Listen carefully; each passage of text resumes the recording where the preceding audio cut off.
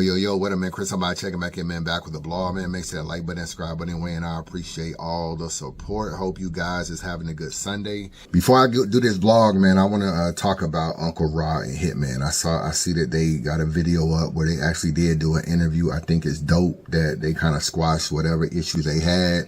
It never really seemed that serious. Even when I spoke to Hitman, he couldn't really tell me anything deep that couldn't be resolved. Uncle Ra, speak to him. He can't tell me anything deep that couldn't be resolved. So, I'm glad it got resolved because it could have got even worse. You know what I'm saying? I think when Hitman was in the space last and he was basically, I think someone asked him about Debo and Uncle Ra and he kind of hashed that.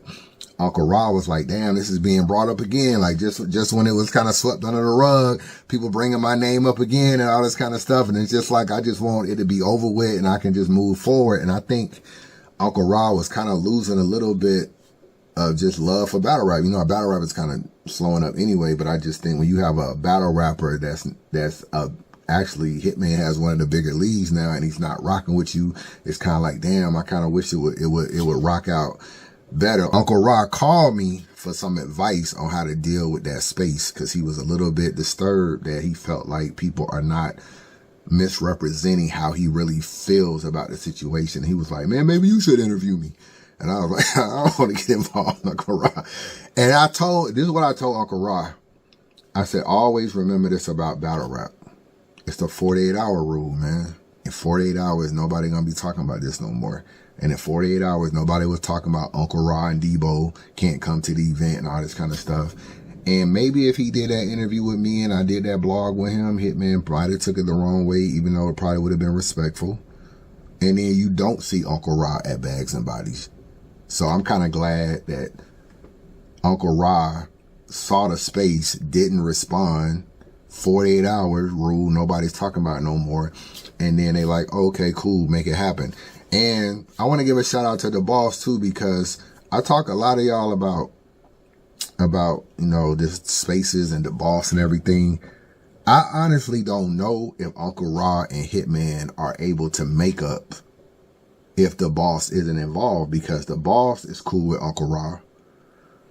And she's probably in Hitman's ear, like, you probably should talk to Uncle Ra. You kind of need his channel. You need the promo. He can come out here and do interviews. He can help blow up. It ain't that serious. If you don't have someone constantly telling you that in your ear, you kind of cool. And if you look at the interview, he said, yo, I just told the boss, man, just tell Uncle Ra to pull up.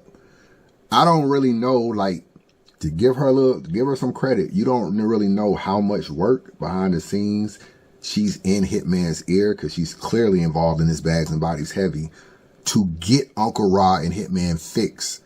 Because Uncle Ra was telling me that I reached out to the boss, like, yo, let's get Hitman on the phone. And Hitman kept curving it. So the boss is probably still working behind the scenes, like, all right, I think we should probably talk to Uncle Ra. We probably should talk to Uncle Ra. And you hear that enough, and it's like, just tell the nigga to pull up. So I got to give her some credit because she does provide some structure. She do be providing some structure with stuff that she's involved in. I can't be mad at that. I just want to say that. Salute to them two brothers for working the issues out, man. I know that was heavy on Uncle Ra's heart that things weren't really resolved there, and I'm just glad they was able to resolve it. One Night Stand went down last night. It was better than I expected it to be. We had the Shayna Ashley drama. We had lack of promo. We had Hustle not showing up to the last minute. Not last minute, but the face-off right before the battle. So, I mean, you didn't really know what to expect. There was some stream issues in the beginning, but after that, I felt like most of the battles showed up. You know, everybody had a pretty good battle for the most part.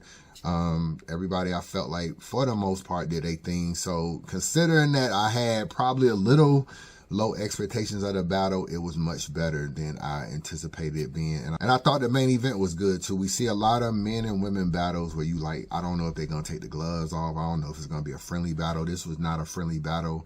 I felt like, people pretty much went for the juggler in this battle. So this is a battle where I got Hitman winning this battle. There is an argument that Hustle won the battle though. If I'm being honest, this battle was debatable. I gave the battle to Hitman just because I felt like he was a little bit more diversified in the things that he rapped about. And I felt like Hustle using round 3 to address a lot of Remy Ma in that round took away from the battle because it didn't have anything to do with Hitman.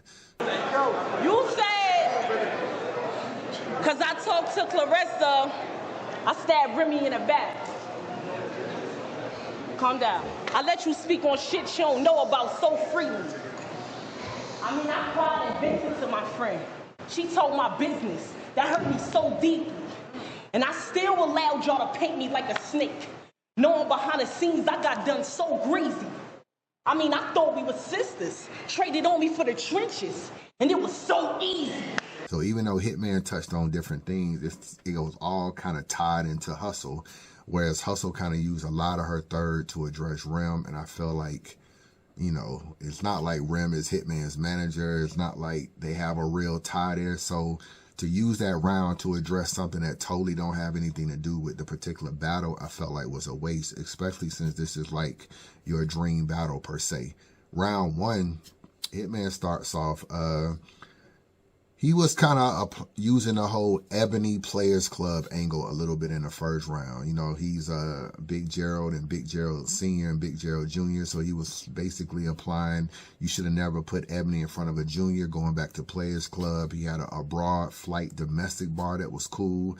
He talked about Fair, like we both stood in front of Fair, but you was the one on the floor. That was fire. Yeah, I said this the female version of Hitman Holla. That's something I couldn't ignore. That made me look at her resume, trying to see if we battled some of the same people before. I seen Tay-Rock, then I stopped. Although I'm sure it was plenty more. I see we both stood in front of Farrah, but only one of us hit the floor. I like that a lot. He tied some more Players Club stuff into it. Had a pistol whip bar. If I put Ebony in front of this magazine and what's the issue, that was a pistol whip bar. Better get your jokes off right. F Ebony, where's 40 at? I like chicks that choke all night. That was nice. Nice little shot at 40 bars. I see them going back and forth on Twitter right now, so I know she didn't really like that bar. And that was pretty much his first round. I thought Hitman had a pretty good first round. You know what I'm saying? It could have been better. It wasn't one of those killer first rounds he normally have where he just demolishes you in round one, and it's pretty clear. I felt like he had a good first round, but Hustle first round was better in my opinion. Hustle starts off, it was like, yo, this battle was a long time coming, and you know, you took a honey pack. That was fire the way she tied it in together. 357 for one night stand like IKEA. That was a nice bar. I take this knee in ball game like Kaepernick. You all know Kaepernick was the dude that took a knee, so that was pretty cool. And she had a blood positive bar, fire. I seen a blog on it. I seen a blog on it. You said you ain't want no street shit connected to your accomplishments. You wanted to get in the industry, maybe get into politics. But I'm confused. And battle rap, you Paru. And interviews, you denying it. You red flag over here, but not on Wallin' Out because kids watching it. I mean, I get it. You want to switch your image, and I acknowledge it. Just stop trying to beat a blood type and go be positive. Parlay that into a Marco Polo bar. Ain't nobody off limits. I get reckless. I'll put anybody down, like when Jobs asked for a reference. That was a nice little line, I ain't gonna lie. Everybody know you put anybody down for a reference. So I thought Hustle had a great first round. She took the crowd from Hitman. Everybody was pretty much rocking with her or whatever, considering it was a bags and bodies situation. And Hustle likes to say that she's one of the most non-like people in battle rap. I felt like the crowd, I don't know if it was because she was an underdog or she was a female or whatever, they kind of like was really rooting for her crazy in the first round. And I don't think it was gas. I thought she had a great first round. So I gave her the first. Second round, Hitman did a Kaepernick rebuttal. It didn't really hit. I'm going to be real with you. It didn't really hit. I appreciate trying to do rebuttals, but it didn't really hit.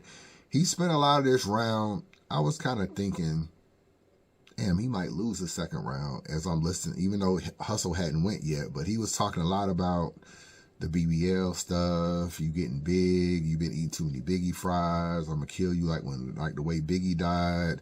You got a fake body. You been shooting your shot at me. Nobody's wifing you. Ain't nobody ever took you to Dubai and all. Like, he was tying it all up into rhymes, but that was the material that he was talking about. And I was kind of like, damn, she just gave you a crazy first round. Like, you got to turn up. And I didn't feel like he was turning up at this point. I just felt like he was rapping good, but at the same time, no real haymakers or whatever. Like, so I was just like, okay, this is kind of carry on kind of long. You know what I'm saying? Me and mine hiding from who?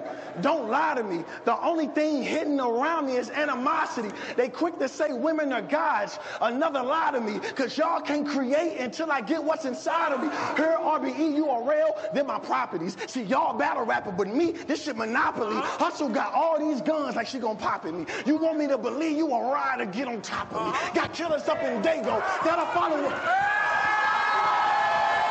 He gets into this AMG flow. He did that in the first round as well. I love when Hitman gets into the little fast place where he's rhyming every word, where he's basically making every word sound the same as he gets into this quick little flow pattern. That's kind of the best version of Hitman to me. He got into that in round 1 and round 2. That was the second half of his second round. He did that, which started to pick up.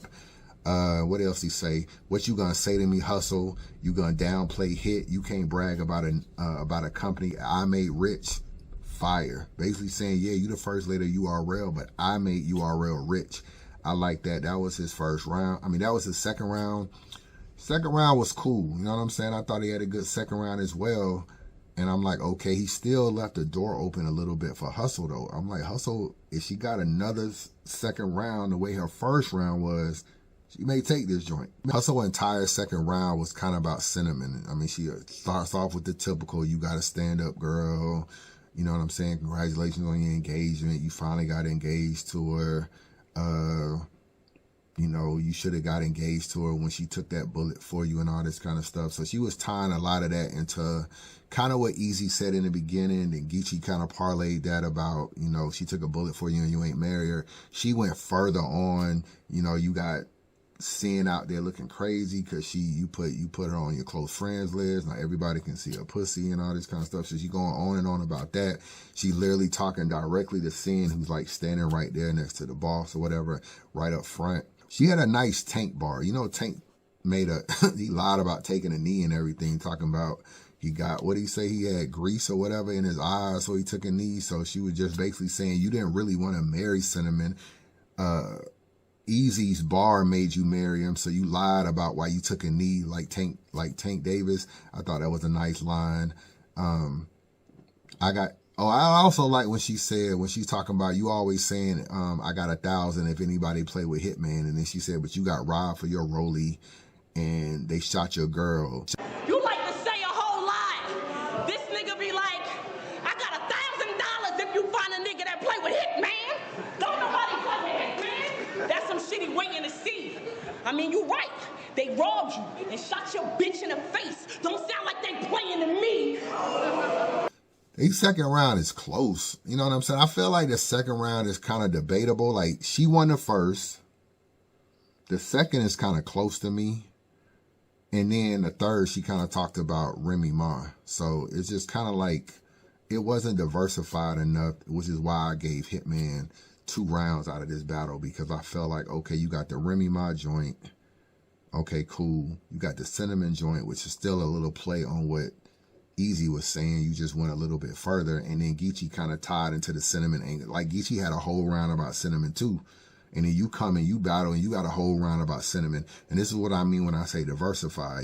She kind of probably could have thought of maybe another angle to go in, a play off him being emotional. That's another thing the coach would say about him.